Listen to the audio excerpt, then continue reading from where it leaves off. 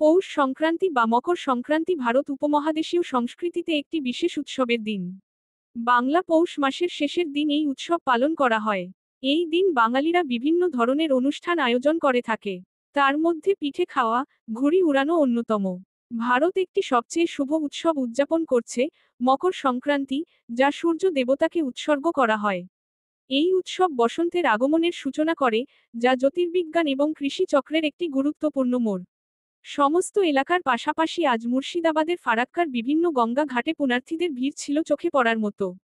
ফরাক্কা ব্যারেজের তালতলা গঙ্গা ঘাটে মুর্শিদাবাদ, মালদায়, বিহার সহ বিভিন্ন প্রান্তের মানুষজন আসে এই গঙ্গায় স্নান করতে। আজ ফারাক্কা ঘাটগুলিতে পুণ্যার্থীদের জন্য ফারাক্কা থানার পুলিশ প্রশাসনের তরফ থেকে যথেষ্ট নিরাপত্তার ব্যবস্থা করা হয়।